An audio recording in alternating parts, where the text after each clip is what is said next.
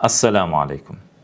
2025-yil 10-mart kuni Suriya uchun tarixiy kun bo'ldi desak mubolag'a bo'lmaydi. Bu kunda yangi Suriya davlati bilan Suriyaning shimoliy sharqida markazlashgan kurdlarning rahbarligi ostidagi SDK, ya'ni Suriya demokratik kuchlari o'rtasida muhim kelishuv imzolandi. Shu bilan birga Suriya hududidagi mustaqil kuchlar to'liq ravishda yangi hukumat ichiga jamlandi. Bugun shu voqea va uning ahamiyati haqida gaplashamiz.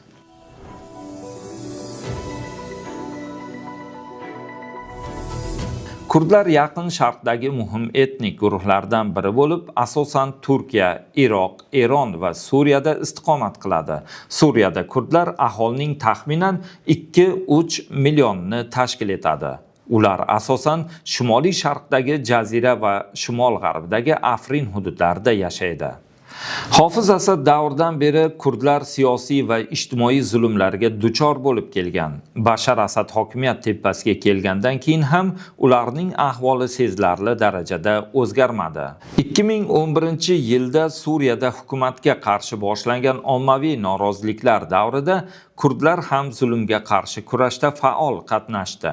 2014-2015-yillarda Asad rejimi zaiflashgani bois kurdlar ushbu vaziyatdan foydalanib shimoliy hududlarda o'z ta'sirini kuchaytirdi. 2015-yil oktyabr oyida SDK tashkil topdi. Ushbu guruh kurdlar, arablar, turkmanlar va boshqa millatlardan iborat bo'lsa-da, uning yetakchilari asosan kurdlar edi. SDK Suriya urushidagi eng muhim harbiy kuchlardan biri bo'lib, xususan IShIDga qarshi kurashda katta rol o'ynagan. Kurdlar uzoq yillardan buyon mustaqil davlat tashkil etish orzusida bo'lib, shu maqsadda kurash olib borishgan. Shuning uchun ular AQSh bilan murakkab aloqalarga ega edi. Bir tomondan Amerika IShIDga qarshi kurashda SDKdan foydalangan bo'lsa, ikkinchi tomondan kurdlar o'z mustaqilligi uchun AQShdan qo'llab-quvvatlashni istagan. Shuningdek, SDK Rossiya va Eron bilan ham turli strategik munosabatlar o'rnatgan. Eron SDK bilan aloqalarni Turkiya ta'sirini cheklash va o'z manfaatlarini himoya qilish uchun foydalanib kelgan. Biroq vaqt o'tishi bilan bu munosabatlarda o'zgarishlar ro'y berdi. SDK Turkiyada terroristik tashkilot sifatida tan olingan. KIP, ya'ni Kurdiston ishchilar partiyasi bilan bog'liq deb hisoblanadi. Shu sababli Turkiya SDKni o'z xavfsizligi uchun tahdid deb bilib, unga qarshi bir necha harbiy amaliyotlarni o'tkazgan. Bular qatorida 2016-yil Firot qalqoni, 2018-yil Zaytun navdasi, Afrindagi amaliyot, 2019-yil Tinchlik manbasi. Ushbu operatsiyalar natijasida SDKning mintaqadagi ta'sir doirasi sezilarli ravishda kamaydi. 2024-yil 8-dekabr kuni Asad rejimi quladi. Bu voqea Eron uchun jiddiy zarba bo'ldi, chunki Asad hukumati Eronning mintaqaviy strategiyasida muhim o'rin tutar edi. Shuningdek, Erondan yordam olib kelgan SDK ham zaiflashdi.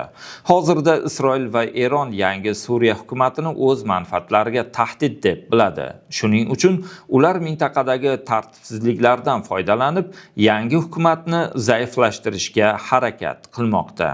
Isroil arab davlatlarining mustaqil va kuchli bo'lishini istamaydi. Shuning uchun yangi Suriya davlatini o'z kelajagi uchun tahdid sifatida ko'radi. Eron Hizbulloh guruhiga qurol yetkazishda Suriya hududidan foydalanib kelgan.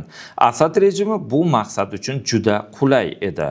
Biroq Eronning ta'siri kamayishi Turkiyaning nufuzining oshishiga sabab bo'lmoqda. Bu esa Eron uchun jiddiy muammodir. Shuning uchun Eron Suriyada tartibsizliklar keltirib chiqarishga harakat qilmoqda. Uning bu maqsaddagi asosiy hamkorlaridan biri SDK edi. Biroq SDK va yangi Suriya hukumati ittifoq tuzishi Eron uchun yana bir yirik zarba bo'ldi. Garchi Eron va Isroil bir-biriga dushman bo'lsa-da, Suriyada beqarorlik saqlanib qolishida ularning manfaatlari mos keladi. Har ikki tomon ham kuchli va mustaqil Suriya hukumatini o'zlari uchun tahdid sifatida ko'radi.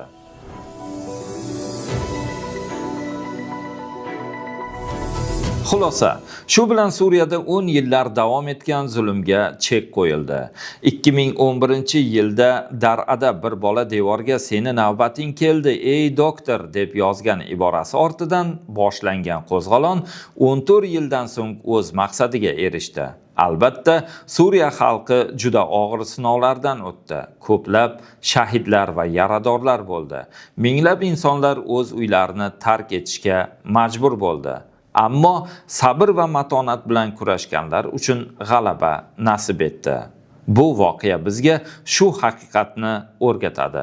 Garchi zaif bo'lsangiz ham mag'lubiyatni tan olmasdan sabr va matonat bilan harakat qilsangiz, oxir oqibat g'alabaga erishasiz.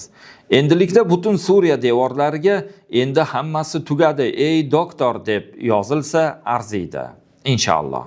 Alloh taolodan yangi hukumatni islom va musulmonlarga manfaatli qilishini so'rab qolamiz. Sizlar bilan birodaringiz Ma'ruf Nozim.